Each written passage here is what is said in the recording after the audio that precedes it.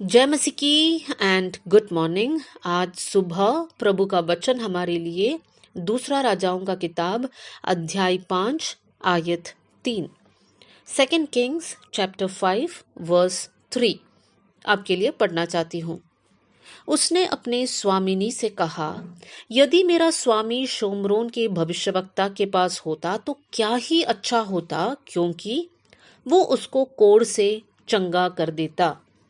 ये आयत को समझने के लिए 5वां अध्याय की शुरुआत से हमें पढ़ना चाहिए। 5वां अध्याय का हेडिंग में ऊपर इस प्रकार लिखा है, नामान कोढ़ी का शुद्ध किया जाना। नामान आराम के राजा का सेनापति था। उनके बारे में लिखा है कि वो अपने स्वामी की दृष्टि में बड़ा और प्रतिष्ठित पुरुष था। वो एक शूरवीर इंसान था, लेकिन वो एक कोढ़ी था। उनके शरीर में लेप्रेसी का बीमारी था। वो कोढ़ से पीड़ित थे। उस समय पर आराम का देश इज़राइल के देश का दुश्मन था।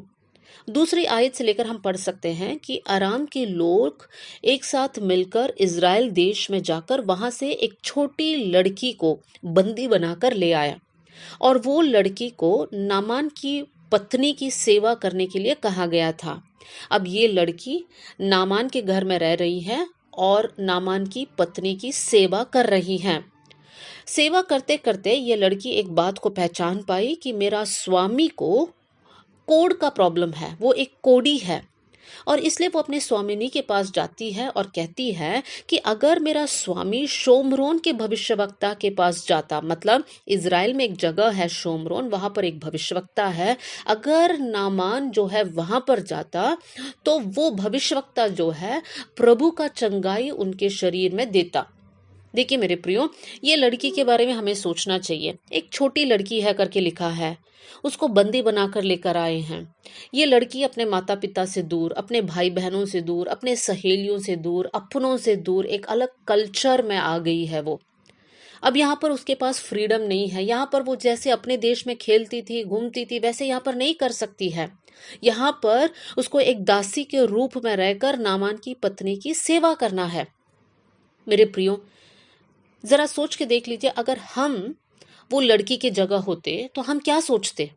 हम यही सोचते कि हमारे साथ ऐसा क्यों हुआ, हमारे साथ बहुत बुरा हुआ, प्रभु यहाँ से हमें बचा ले, तू प्रार्थना क्यों नहीं सुनता। इस प्रकार का एक नेगेटिव एटीट्यूड में हम आ जाते हैं। लेकिन ये लड़की यहाँ पर ऐसे कुछ भी नहीं करती है। जैसे ये लड़की को पता चलता है कि मेरा स्वामी के शरीर में एक प्रॉब्लम है, वो यहाँ पर खुश नहीं होती है कि इनके साथ तो ऐसा ही होना चाहिए। वो ऐसे नहीं बोलती है, लेकिन वो अपने स्वामिनी से कहती है कि एक चंगाई के लिए मार्ग ये है। इज़राइल में एक भविष्यवक्ता है, यहोवा परमेश्वर का एक भविष्यवक्ता है, उनके पास जाओ तो यहोवा परमेश्वर की ओर से जो चंगाई है वो नामान को मिलेगा।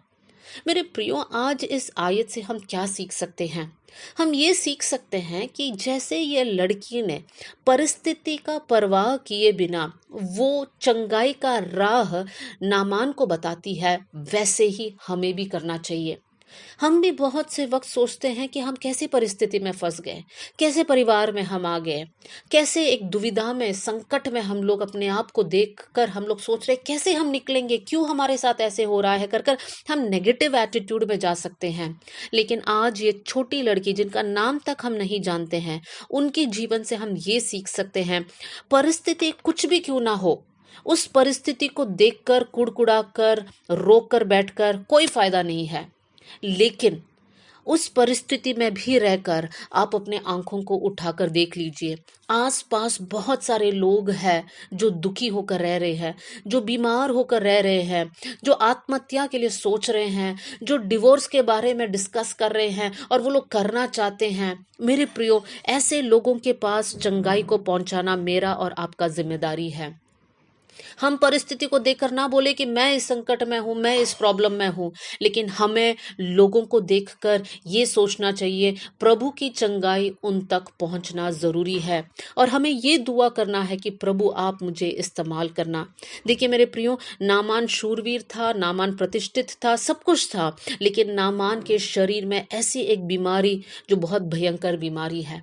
आज हम लोग भी जब आंख उठाकर देखते हैं, बहुत सारे लोग हैं जिनके पास अच्छा जॉब है, अच्छा फैमिली है, पैसों की कोई कमी नहीं है, लेकिन फिर भी उन लोग के जीवन को, आत्मिक जीवन को जब हम देखेंगे, वो लोग सब उद्धार बिना नष्ट हो रहे हैं। आज हम लोग प्रभु से प्रार्थना करेंगे, प्रभु हमें इस्तेमाल कर ताकि हम उनके लिए एक आशीष का कारण बन जाए। आइए हम लोग प्रार्थना करें। स्वर्गीय पिता, आज का वचन के लिए मैं धन्यवाद करती हूँ प्रभु जी।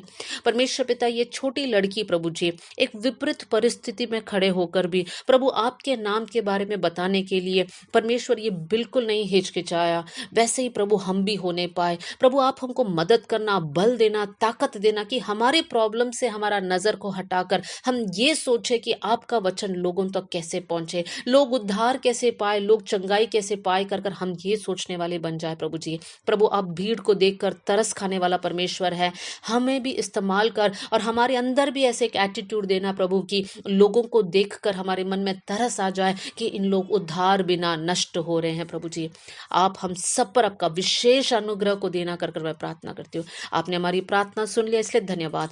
आदर और महिमा आपको देते हुए यीशु के नाम से हम मांगते हैं, amen. God bless you all. जय मसीह की।